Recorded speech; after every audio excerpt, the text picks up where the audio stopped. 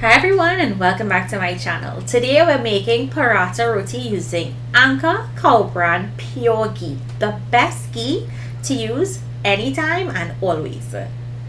To start this recipe, I already have my flour in my bowl, and to that we're going to add in some brown sugar, some baking powder and salt, and of course all of the ingredients will be found in the description box down below. Give this a mix.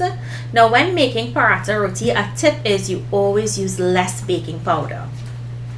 I'm also going to be using a combination of water and full cream milk because it gives you a really soft, silky roti. Of course you can use all water if you wanted to, and you would want this to be lukewarm. So add it to your flour and mix to create a shaggy dough. Now once all of the milk mixture has been absorbed and you have that shaggy dough, we'll move ahead onto bringing all of that shaggy dough together. And then we'll start kneading. And when you're kneading flour, I like to knead it long, probably about 8 minutes, because I like it to be supple, I like it to be smooth, I like the gluten to form. That's what gives you really nice roti. Here's my knuckle press method. Now all of these methods I learned from my mom. As you all know, grew up in a roti shop and I have a lot of experience with dealing with flour. Form it into a dough ball and then we're going to rest this for about 10 to 15 minutes. You want the gluten to relax, and after it's been resting, you're going to go ahead now and break it into small dough balls. Feel free to make these as big or as little as you like, and if you wanted to double or triple this recipe, you can. So I'm going to make my dough balls, and then after you make these dough balls, you'll need to leave it to rest again because all of that gluten just got really tight.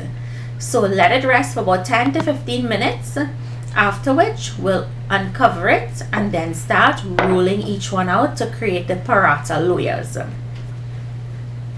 So flour your surface and roll out this dough nice and thin. You don't have to go super thin. You just want to have enough surface area to spread that ghee on.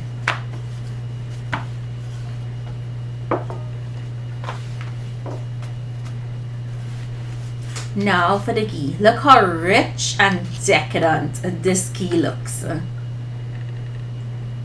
Now we're just going to slather this all over the surface of that dough that we rolled out.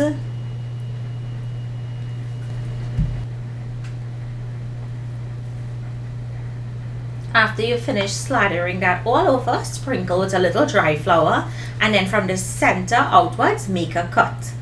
Now we're going to form the cone. We're going to roll back on the dough and roll it into a cone as we go.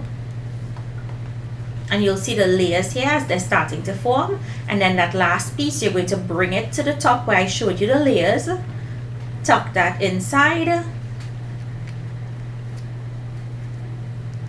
flip it, and then tuck the top piece in, and that's it. Now you're going to rest all of your dough balls like these for a minimum of 1 hour covered with a damp paper towel, and then we'll roll them out. If you wanted to leave them longer, you can, and if you're in a hurry, of course you can use it right away, but you really need to let this rest for that gluten to relax. Now it's time to roll this out and cook. We're going to open it out and using a bailner or rolling pin, roll it out nice and thin to the size of your tower. Sometimes I always roll mine out a pinch bigger. I don't know why. So roll it out nice and thin, even on all sides. You want the ends to be a little more thinner than the middle because the ends would be raw if it's really thick. And use dry flour as needed.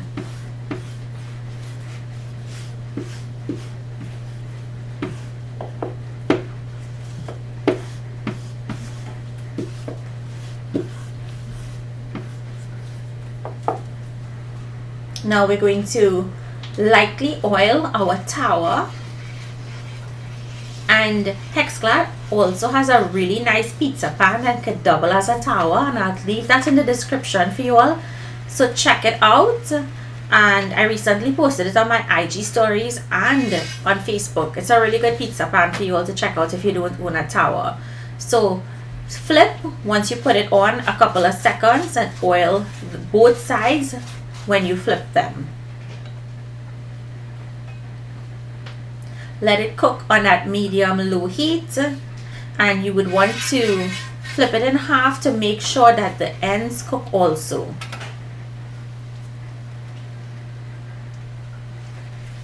So just lightly brush that with oil, and if you didn't want to use oil, of course you don't have to. I understand a lot of you all are health conscious, but how often do you eat paratha? You shouldn't be eating it that often. So here you'll see I'm flipping it in half just to help the ends cook, to make sure it's not raw, and then using 2 dabblers we're going to bring it together and start hitting it to release those layers.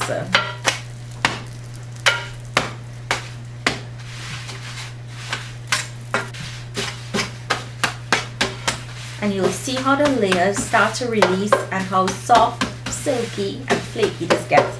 The longer you leave it on the tower, the crispier the roti is going to get. So if you like a crispy roti, just cook it a little bit longer. And when it's done, you want to store it in something to keep it warm.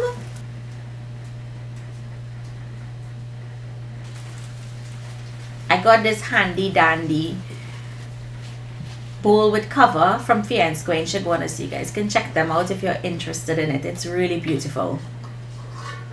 And the roti smells so good with that ghee. Just look how light and flaky and silky the roti is. Not heavy, not packed with too much grease. The ghee makes for a really beautiful roti. I can't wait for you all to try this recipe. Pick up your Anchor cow brand pure ghee at leading supermarkets in Trinidad and Tobago.